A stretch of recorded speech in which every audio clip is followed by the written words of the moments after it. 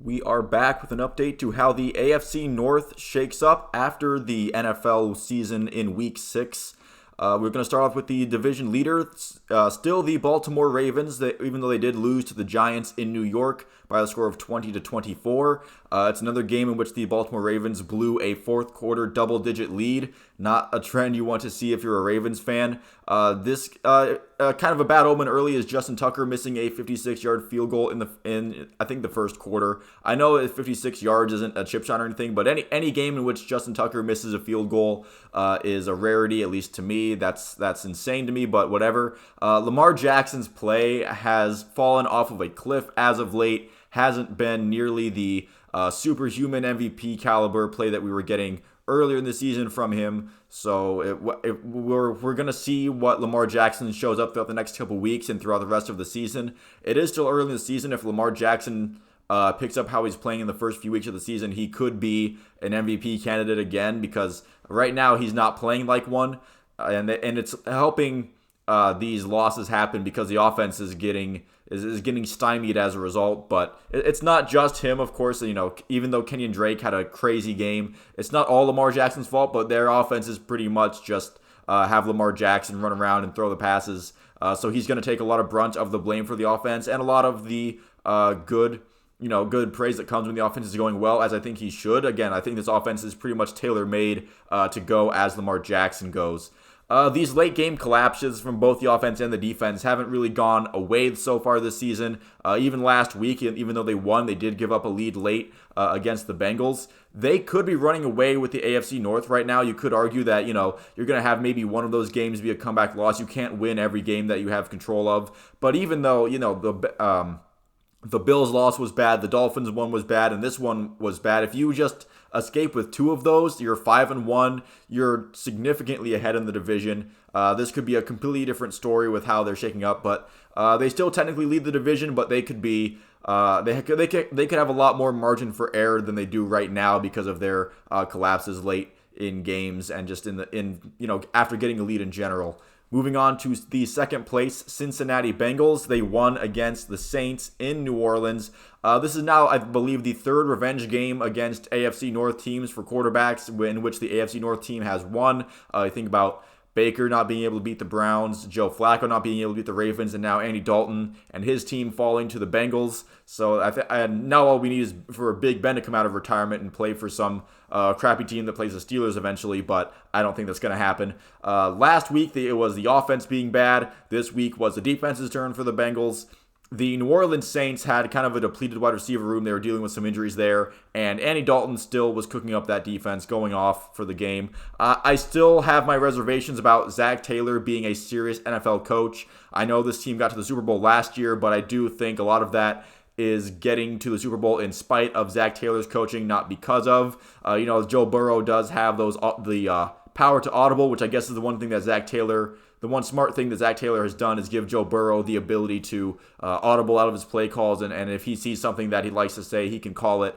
But I do think this Joe Burrow-Jamar Chase connection, you saw it this week and last season, I think you'll continue to see it. This Joe Burrow and Jamar Chase connection has the ability to overcome issues that this Bengals team has.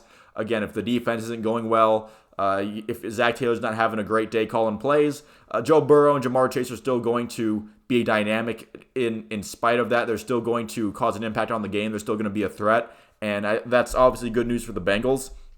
And like I said about the Ravens last week, all that matters is that you win these games. Was it sloppy? Yes. Would you like to beat the Saints by more, even though it is on the road? Of course you would. But at the end of the day, they got the result that they needed. They got the result that they wanted, and now they can really make a serious run at getting a go at these. And I keep forgetting to mention who they play next. So the Ravens play at home against the Browns next Sunday, and the Bengals are playing, they're playing at home against the Falcons. So the Baltimore Ravens and Browns in a divisional matchup, and the Bengals playing against the Falcons, who aren't as bad as maybe we all thought heading into the season. They're especially reliant on the run, as Marcus Mariota hasn't been.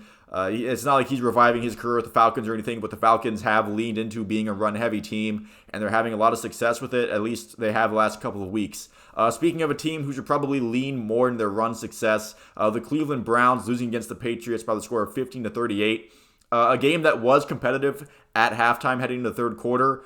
Coming out of that third quarter, it was very much not competitive. I think this is highlighting the differences between the Patriots and the Browns coaching staffs, the Patriots making good adjustments at halftime and doing things that they should, and the Browns coaching staff not really being able to respond in the same way. Jacoby Brissett had his worst game yet in a Cleveland Browns uniform. He has, last week wasn't that great either. He is showing why he is a backup quarterback in the league. Even when he's at his best, he's not a quarterback that will necessarily win you games, just that he won't make key mistakes to lose you games. And this week, he's making key mistakes that lose games. And he did last week, too, with that bad interception. But it's been getting progressively worse. And that's usually what happens with backup quarterbacks who have decent starts. The more film they get, the more time they have to play on the team. They usually kind of regress to their average, which is usually not good, which is why they're backup quarterbacks. But the Patriots were also starting a backup quarterback, a third stringer in Bailey Zappi. This is yet another backup quarterback who plays against the Browns and wins. This seems to happen at least once every year. I still remember that Duck Hodges game. That was embarrassing. I remember Drew Lock getting his first start against the Browns and how great his NFL career has shown to be, but it started off with a win against the Browns, so that's always nice. I think Mason Rudolph, even though the most notable Mason Rudolph game against the Browns was the Myles Garrett helmet game, I do feel like he did beat the Browns at least once in his tenure. I'm not sure. But anyway, I feel like a lot of the Browns' issues are carrying over from week to week. Their defense has been atrocious, really ever since the beginning of the season. I don't think they didn't run the ball with Nick Chubb enough. And that game was competitive until halftime, so it's not like they fell behind early and couldn't ever use him. I just don't think Kevin Stefanski's formula is tailored to what this offense is right now.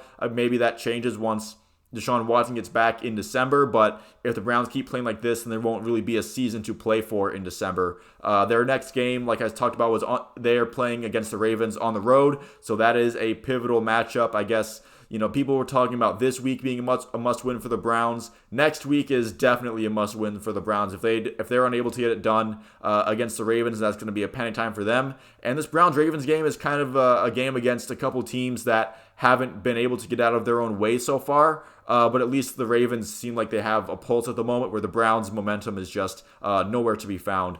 And still technically in the basement, but they are gaining some steam now. The Pittsburgh Steelers winning at home against the Buccaneers 20-18. One thing that I noticed about the game immediately is that seemed to be a lot of birds at Heinz Field. I know it's not called Heinz Field anymore. I don't care. I don't want to know what the new name is. There seemed to be just like a lot of, I think they were like doves or pigeons flying around. I know doves and pigeons are like the same thing, but like, come on, whatever they were, there were a lot of them. They flew around the stadium. It was kind of entertaining to see.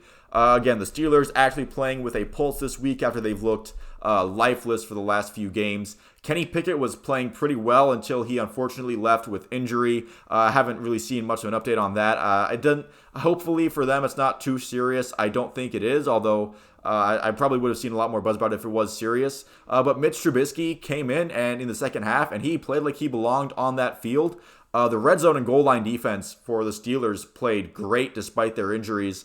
The Buccaneers did get down to the red zone and the goal line a lot, but give the Steelers defense credit. They were able to put up when it mattered. They were able to shut them down, and not being able to get in the end zone really hampered the Buccaneers in this game. Chase Claypool also had a really good game. That final drive where the Steelers needed to eat clock, he came in clutch with some really nice catches.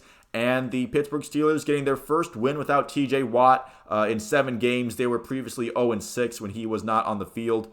So maybe for the Steelers fans, this is kind of reassuring that the Steelers can look like a competent football team, and they can get a good result if TJ Watt is not on their roster playing.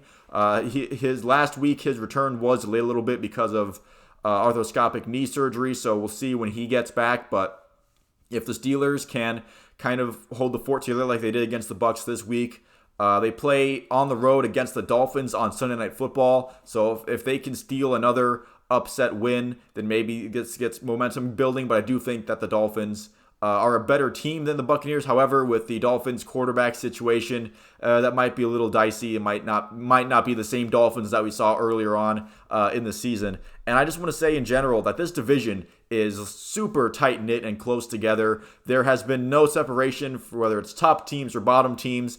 I know it kind of seems like there are 2 teams that are playing better than the other 2 teams, but really it's everybody's either one game ahead or one game behind of the other. There has been no separation as of yet. You could argue for different tastes. You can make a case for every team. Like the Ravens, when they were clicking, Lamar Jackson looked superhuman, and everything's going great. And they did beat the Bengals, so there's that. With the Bengals, you could argue they're 3-1 in the last 4 weeks. They have the most upward momentum after a pretty rough start. That their trajectory is much higher than any of these teams. You could argue that the Browns have all the pieces that they just haven't been able to, for whatever reason, put them all together at the right time. And with the Steelers, they just have some kind of like voodoo magic that keeps keeping them not necessarily good, but keeping them relevant. And you have to keep them involved in the conversation. They have some kind of like dark magic about them that keeps them competitive no matter what they do to their roster.